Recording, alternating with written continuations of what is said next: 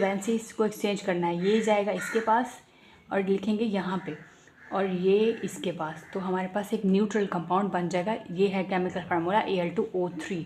Periodic table में जितने भी एलिमेंट्स हैं, यहाँ पे इस साइड पे ये सारे एलिमेंट्स जो हैं, ये 1 2 3 जितने भी हैं, ये मेटल्स हैं। और अस्सलाम वालेकुम बच्चों, क्या हाल चाल? लेकिन ठीक होंगे। हम स्टार्ट करेंगे chemical formula of binary ionic compounds. Ionic compounds आपको पता है जिनके अंदर आयनिक बॉन्ड होता है, जिसमें प्लस माइनस होते हैं चार्जेस, यानी सोडियम क्लोराइड है, ये आयनिक कंपाउंड है।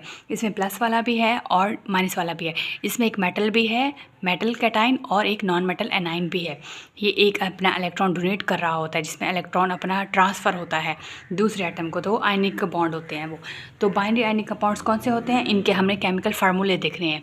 The compound which is found by combination of two elements, दो एलिमेंट्स के कम्बिनेशन से जो बॉन्ड बनता है, जो कंपाउंड है, उसको हम कहते हैं ionic compound, binary ionic compound. अब इसमें एक प्लस वाला होगा, प्लस चार्ज वाला कैटाइंस, और दूसरा होगा माइनस चार्ज वाला एनाइंस। ये देखिए, प्लस चार्ज वाला कैटाइंस और माइनस चार्ज वाला एनाइन है इसमें, यानी कि एक मेटल कैटाइन है और एक नॉन मेटल एनाइन है। यानी हमारे पास पीरियोडिक टेबल में जितने भी एलिमेंट्स हैं, यहाँ पे इस साइड पे ये सारे एलिमेंट्स जो हैं, ये 1 2 3 जितने भी हैं, ये मेटल्स हैं, और इस साइड वाली सारी नॉन मेटल्स हैं। हमारे पास एक मेटल्स हैं जो अपने इलेक्ट्रॉन लूज़ करते हैं, प्लस चार्ज होता है, और यहाँ से नॉन मेटल्स हैं जो इलेक्ट्रॉन गेन करती हैं। यहाँ से मेटल्स हैं जो अपने इलेक्ट्रॉन को ट्रांसफ़र करती हैं, एक लूज़ करती है और एक गेन करती हैं। एक कैटाइंस है मेटल कैनाइंस, और एक है नॉन मेटल्स एनाइन। ये नॉन मेटल्स हैं इस साइड वाले, और इस साइड वाले मेटल्स हैं। तो यहाँ पे देखिए, मेटल कैटाइंस होता है और नॉन मेटल्स एनाइन हो सकते हैं। ये अपने इलेक्ट्रॉन लूज़ करते हैं, प्लस चार्ज होता है, और ये अपने इलेक्ट्रॉन गेन करती है, माइनस चार्ज होता है।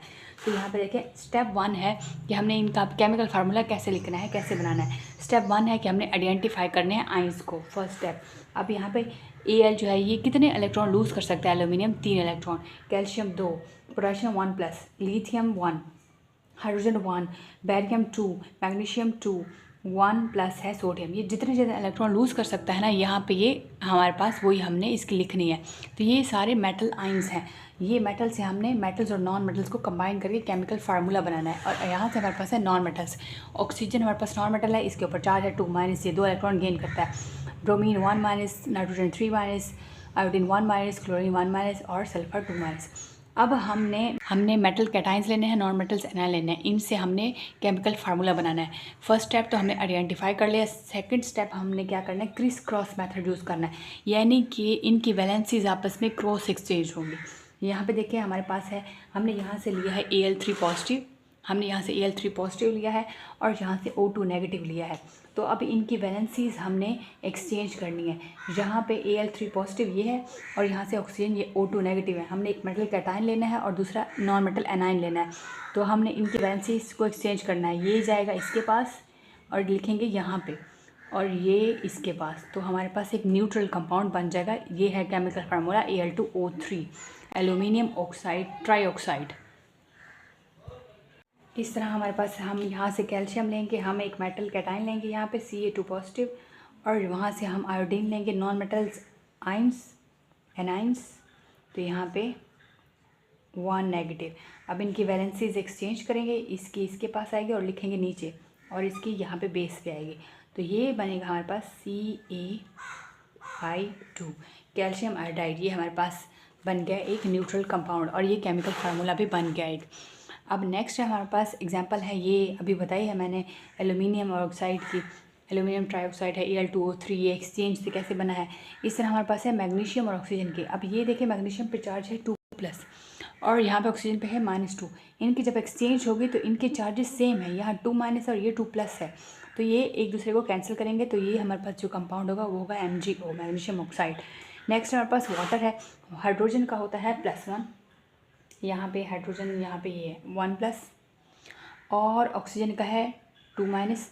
इनकी एक्सचेंज होगी और हमारे पास बनेगा H2O, यानी कि ये जो ऑक्सीजन का 2 है, ये हाइड्रोजन के पास जाएगा, और हाइड्रोजन का 1 इसके पास, तो ये बनेगा H2O। इस तरह लिथियम का ये 3 है, और हमारे पास आयोडीन का 1 है, इसकी वैलेंसीज एक्सचेंज होंगी, इसकी ये इसके पास आएगी और इसकी इसके पास, तो ये बनेगा Li3। और यहाँ पे कैल्शियम है, कैल्शियम की यहाँ पे 2 है, मतलब इनकी वैलेंसीज हमने एक्सचेंज करनी है। यहाँ पे नीचे लिखेंगे, नीचे Ca3 कैल्शियम के नाइट्राइड Ca3 और N2, यहाँ पे देखें, ये हमारे पास बन गया। ये एक्सचेंज करने से हमारे पास कंपाउंड बन गया। नेक्स्ट हमारे पास जो मेटल है वो है जिंक, 2+ है इसके ऊपर चार्ज, और हमारे पास नॉन मेटल है ब्रोमीन, यहाँ 1- है। तो फिर ये ऊपर हम लिखेंगे और फिर इसके आयंस क्रिस क्रॉस मेथड से हम एक्सचेंज करेंगे, तो ये बनेगा जिंक ब्रोमाइड।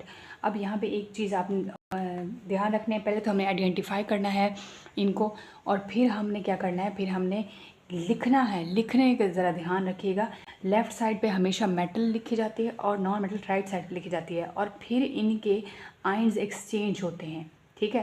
तो ये बनेगा जिंक ब्रोमाइड। अब आपने क्या करना है, अब आपने यहाँ से जितने भी देखने हैं ना, जितना भी टेबल है, इनके बस आयंस एक्सचेंज करते जाओ।